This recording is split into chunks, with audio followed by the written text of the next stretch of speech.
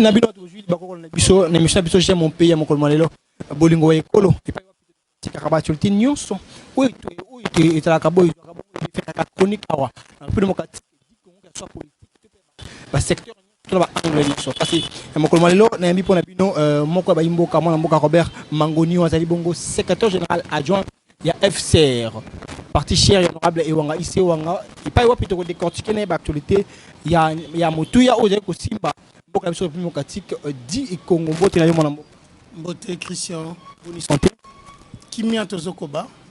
Voilà, CGA, République démocratique du Congo, Ezali Penza bouger dans ma camouflage à faire Minembwe. Comment est-ce qu'à titre personnel, vous apprenez qui Sangogo Minembwe comme commune rurale? Il faudrait peuple congolais azala édifié et solution moko définitive épais Samanango pour que Batouba vivre en harmonie et dans la paix et la tranquillité.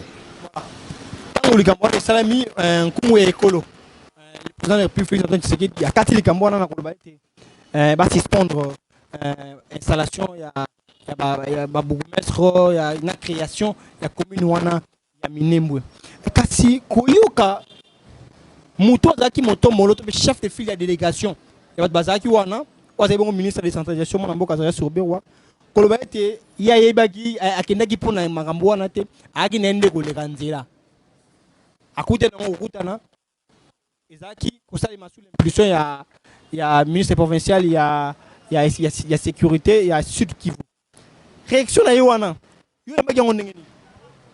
Merci na motuna na ngai personnellement koyoka ndenge mokonzi ekolo Félix Antoine Tshisekedi Tshilombo a lobaki comme quoi a sursoir rango ezalaki otolobaka accalmie apaisement. Et nous voulons voir de ça une réelle décision qui doit fixer les esprits pour dire que Likambouana esengi vraiment baimboka batona mayele batona mibeko bavandisa Likambouana po kimia ezala tranquillité ezala na paix sans quoi de part et d'autre, il n'y aura pas la paix et la tranquillité. Le président de la République, a informé. Est-ce que c'est une réaction responsable? C'est la personne la mieux informée. Sa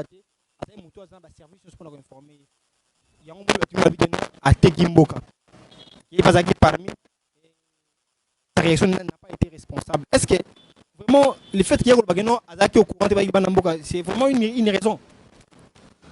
C'est un humain, comme tout autre.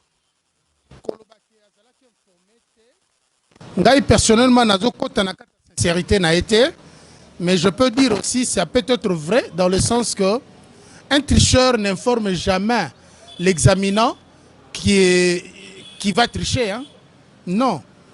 Et une chose est vraie, un intrus, à quoi jamais un infiltré, à quoi ça kolobate que na lingi na infiltré. Un malin joue toujours la malignité pour créer de l'abusivité. Donc, si le président de la République, le premier citoyen, a lobby que Ayeba quitté, ça peut être aussi vrai. Toutefois, la vérité est à la cas réalité moi motema. Et si moi je peux le croire, parce que tricherie est un cheminement logique nango. Donc, si tu comme à niveau, tu comme qui acheminement logique nango ezali et à quoi koloba vrai aussi que Ayeba quitté. Moi namboka Robert Mangoni,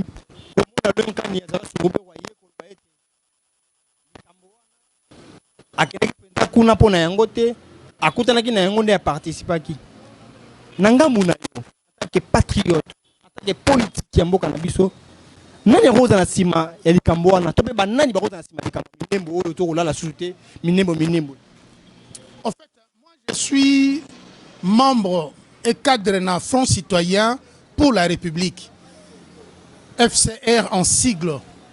Kolobaka Kanon d'abord un front citoyen pour la République et l'in Kolobanini d'abord avant de répondre à l'Ikambouana. Lisanga ya ba imboka pour na bon somi à Congo. Front citoyen pour la République. Donc Lisanga ba citoyen ba imboka pour la République pour na bon somi à Congo. Na motuno tuningai sur tricheur alinga la forfaiture naie a signaler le surveillant tout l'examinant. Ministre de la décentralisation, il y a école le roi tricheur. Cette question-là ne me la pose pas. Parce que je dis, tu es censé comprendre là où j'évolue. Je veux dire ceci. Tokoki kokende même na aspect tricherie, na aspect belé. Lelo ezaka atam sutolo ba ke bino ba misusu yo ko sala ba vraie enquête sur la personne. Tout le monde a même na ba mikili misusu lelo.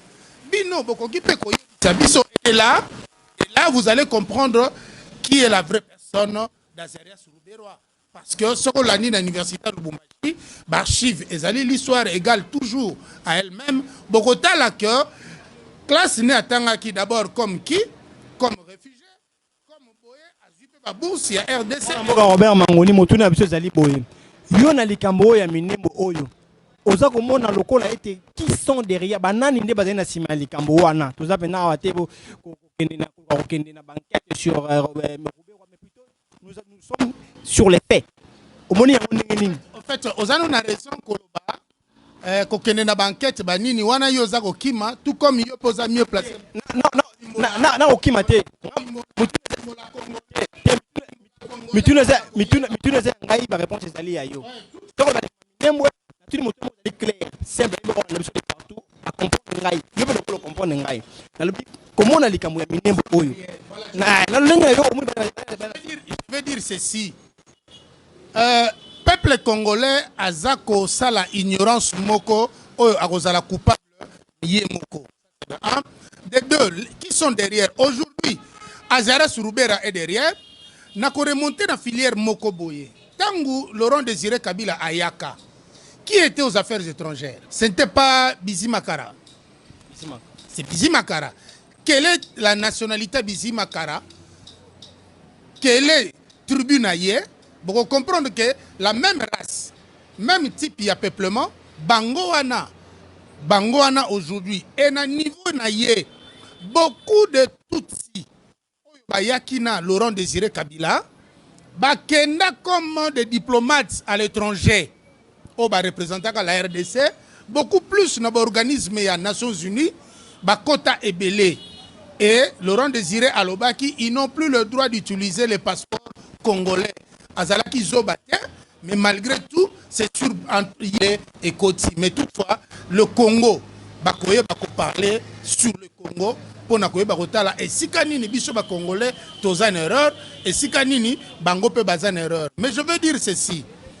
La communauté internationale, quelque part, tango bazo siéger, bazo bongisa ba calcul na bango, va comprendre une chose que nous allons remettre la pendule en l'heure, dans le sens que Baye va prendre conscience na bango sur de faits, va se repentir vis-à-vis d'eux-mêmes et va se corriger. Réalité minembo, réalité créneau sur minembo ezanini. Nazali na bandeko oyo pe bazali na poto, tozali pe na baninga bazali na poto, tozali pe na bayebani bazali na poto. Bizwa apesa banyamulenge nationalité congolaise.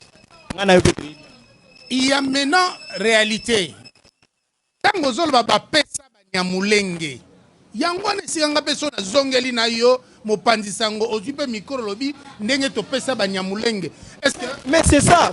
Évitez d'attaquer la presse s'il vous plaît parce que quand le président Mobutu a une nationalité congolaise pas banyamulenge, nous tous on était là et puis le président Tshisekedi a affirmé que les banyamulenge sont des Congolais. Yo qui n'a pas jeunesse de Kamboua. En tout cas, côté la photo il faut pas te me regarder. Bino quelque part vous croyez que Mobutu était le super intelligent à tout le monde. Parti pas confirmé que les Congolais. OK, ngai na lobby te que ce sont pas des Congolais. Na lobby angote. Alors comme manga na option oh yo ozo memana ngote nous en a besoin na limbola. Mon problème ezali nini? Problème nanga ezaleli soki un Congolais na non X akei na mboka ko senga nationalité pa yazali ba pesi yango bana na ye to famille na ye et ko zwa pe même nationalité wana sima na ye mais moyennant une procédure méthodologie théorique ezali pour ba koma ba nationalité pratique. Bazwa nationalité pratique. Maintenant ici chez nous, qu'est-ce qui manque? Bazwa nationalité par la méthodologie théorique pour que comme Congolais pratique. On peut accepter une chose, mais on ne peut pas accepter aussi son contraire. Parce que c'est comme si ils se disent Congolais, là où nous on n'a pas encore dit non. Deuxièmement, Balingi va s'imposer sur un territoire donné pendant qu'il faut octroyer Bango Yango. Ils n'ont pas fait un choix. Ils n'ont pas fait un choix. Pourquoi seulement Minembwe? C'est ça que je dis. Ils n'ont pas fait un choix. Et pourquoi ils font un choix et ils ciblent leur choix? Qu'est-ce qui se cache derrière? Et nous disons là, non. Même si le président de la République a lobby une chose, respect à sa personne, mais il passera. Va-t-il laisser quelle gestion de la question n'a peuple congolais? C'est ça ma question que je pose. Totangi na classe, un laboureur sentant sa mort prochaine. Qu'est-ce qu'il va nous laisser sur des questions du genre? Donc il faut qu'il y ait une solution réelle. Les Nyamulenge, peu importe, la cartographie, les historiens, les nabiso, les Nyamulenge na tribu nabiso, bazate. Chez nous, mon quartier du Congo, il n'y a pas un tribu Nyamulenge bazate. Bauti ko sa réaction à chaud à bauti répondre à lobby na batonyo so ba traiter bango méchamment batonyo so ba le quoi ba bango so ba congolais et puis ba kebisi ba politique congolais réaction na yo par rapport ya réponse à bango ba Nyamulenge. Ils n'ont pas droit ya ko kebisa ba politiciens congolais. Ils n'ont pas droit parce que s'il y a eu de tricheurs politiciens au ba facilita qui bango la main, il y a aussi des honnêtes politiciens congolais qui doivent remettre aussi la pendule à l'heure. Mais néanmoins, on ne leur dit pas qu'ils vont quitter le territoire, le pays. On ne leur dit pas que ce sont des indésirables, mais on dit seulement que nous devions recadrer les choses à ce que la discipline et par rapport à la norme est régnée dans Mboka. Vous comprenez? Donc la bouillabaisse ne doit pas seulement avoir du salut à tout moment. Non, c'est de l'aberration qu'on ne doit pas berner. Merci beaucoup, Mme Mboka Robert Mangoni. Nous rappelez Bino Kazali Bongo, secrétaire général adjoint. Il y a FCR, parti cher, honorable Ewanga. Il parle plutôt de critiquer Naye, Makambotali, Minembwe, Pambate, barrière, chose qui tombe de partout. Et si Mme Mboka Robert Mangoni, Nalikambo, il y a Minembwe Oyo, il faut faire couler encre et puis salive.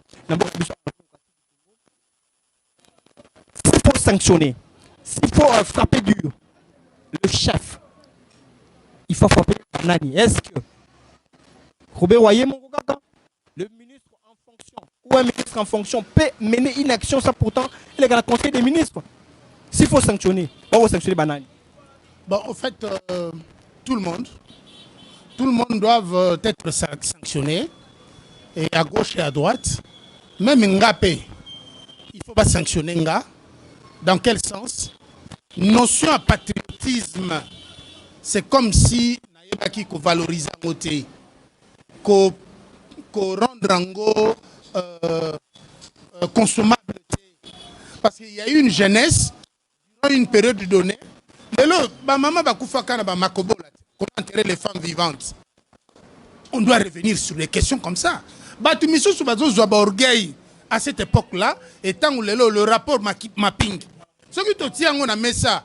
Borgay misuso bazo sala le quoi ba mouche mena ki kombo mouche azakana lolenda osala qui fait ce rapport mapping 10 ans déjà au passé dans la République démocratique du Congo il a toujours étouffé et puis négligé en fait que de manière que coacher en place. Non mais parce qu'il y a eu la complicité à l'échelle de l'État. Aujourd'hui nous avons le changement à un nouveau président de la République. Je veux dire il y a eu la complicité à l'échelle de l'État. Je veux parler encore une chose que la gestion gouvernementale était basé sur ces réalités des choses. Le flou. Et ça, nous avons dit que Zouanayo, biloko ezali na nzungu. Mais quand on biloko ezali na congélateur. Qu'est-ce que je veux dire?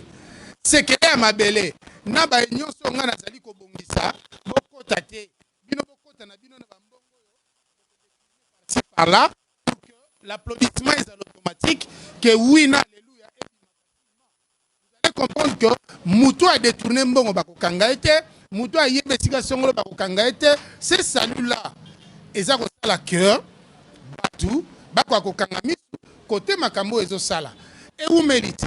bato bazo ezana ba misuso bazali na bayaki na kati ya régime passé OK peuplement na bango za kokufa kuna bazo le beloko moko te. Quelle a été la mission à Kunda Batouare? C'était vider les espaces, faire déplacer à l'interne les Congolais autochtones dans le positionnement misusu basali ango tout ça à la merci et puis eleki. Là c'est connu. Là c'est connu. Mais laisse-moi te dire, Rwanda a une usine à traitement à coltan. Et puis ma voix officielle ou bien officieusement. Quelle est la part de la RDC qui depuis ce temps à nos jours a déjà dit ça au Parlement pour que revenu nango ait à compléter notre budget au peuple congolais à vivre difficilement. Pourquoi la question est ça na table de député? Aucun député a bimé les devant pour interpeller la RDC.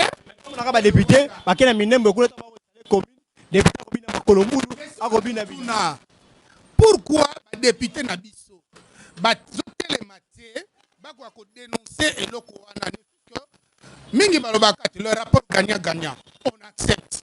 Ce qui est bimela par le Rwanda, c'est tout à fait normal. Biso to ba producteur. Ce qui cuivre zai ko traitement na Oboken, je crois, la Belgique. Mais il y a des gens qui couvrent la RDC, la Belgique, va traiter en kuna et puis va salivante. De même aussi, ça peut se faire. Et bimi awa et qu'il y a Rwanda comme ici, na traitement zakuna, va tekiango à partir à Rwanda. Nous savons la quantité sortie au bisu de produits, PO to bimisi et tekami retourne et zongi jusqu'à nos jours. Depuis l'affaire Colton et Bima au Parlement. Pourquoi cette question ne se dit pas? Obosani pe pétrole na biso Angola azwakawana depuis Kabila Félix Pako Nathalie depuis Mobutu pas depuis Kabila parce que la corruption est comme gangrène. Voilà. La corruption morale est vanité Robert Mangoni.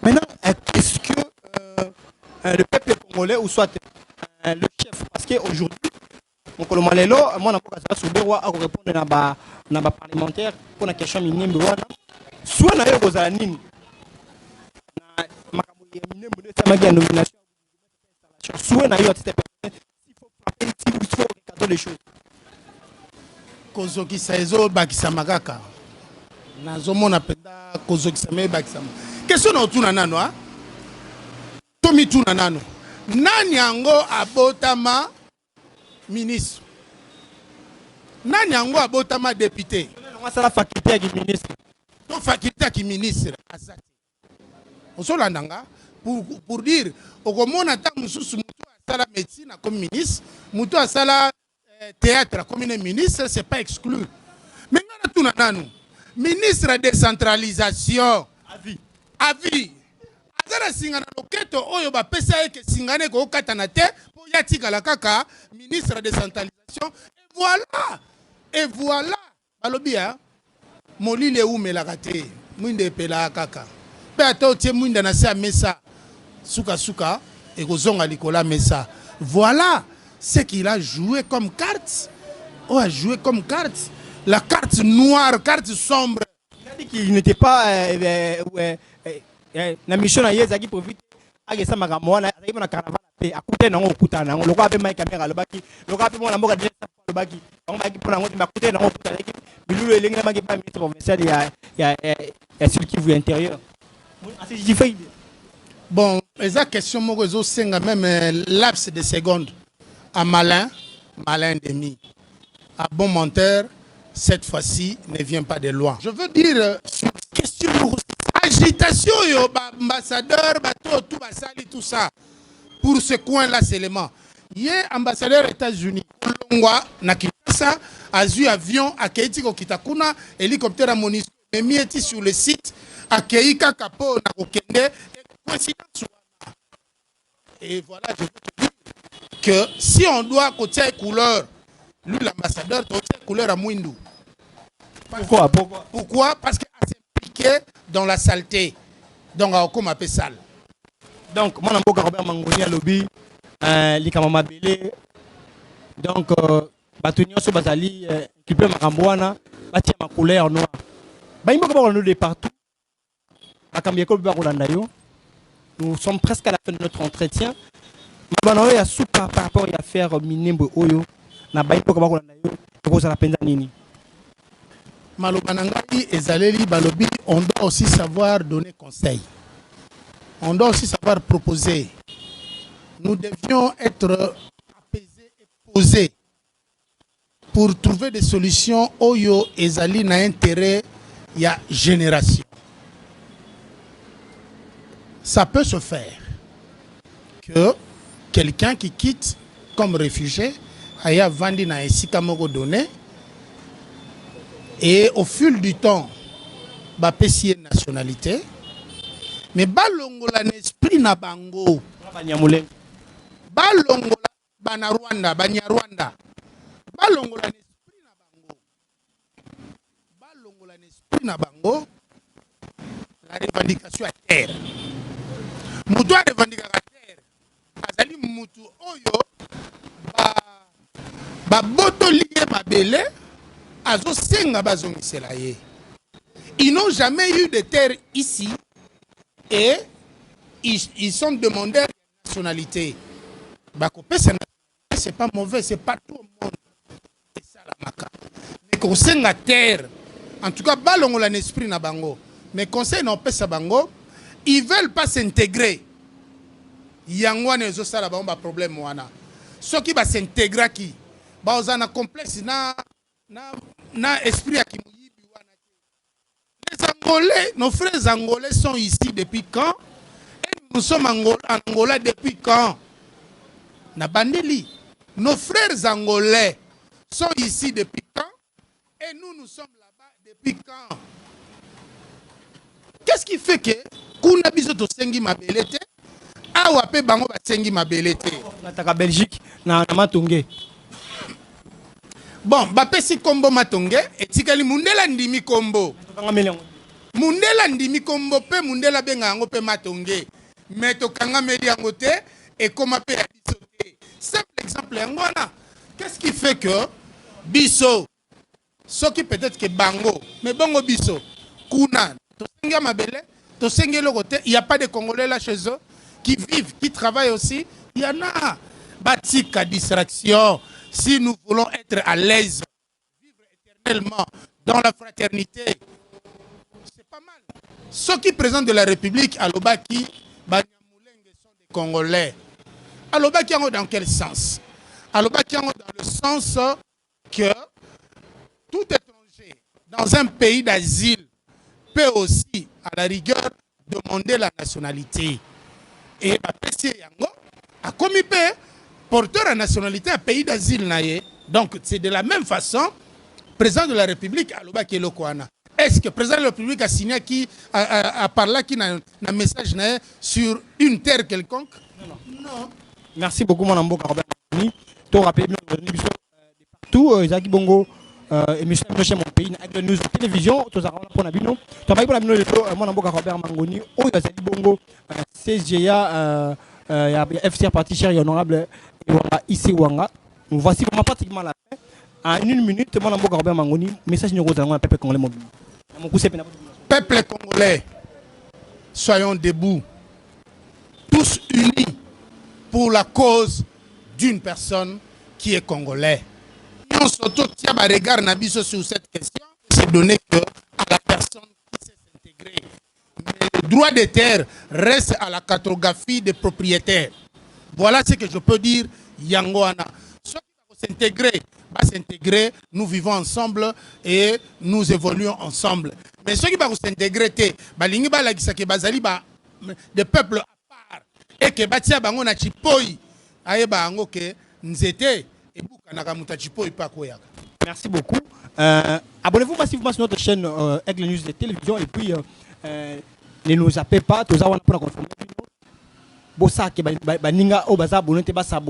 On est là pour vous informer en temps réel les informations. Nous sommes merci na boss du 830 depuis les États-Unis d'Amérique et merci Nandeko Jonathan qui est ma caméra et merci na bienvenue dans tout na pays Ben. On est là pour vous informer et restez sur notre chaîne.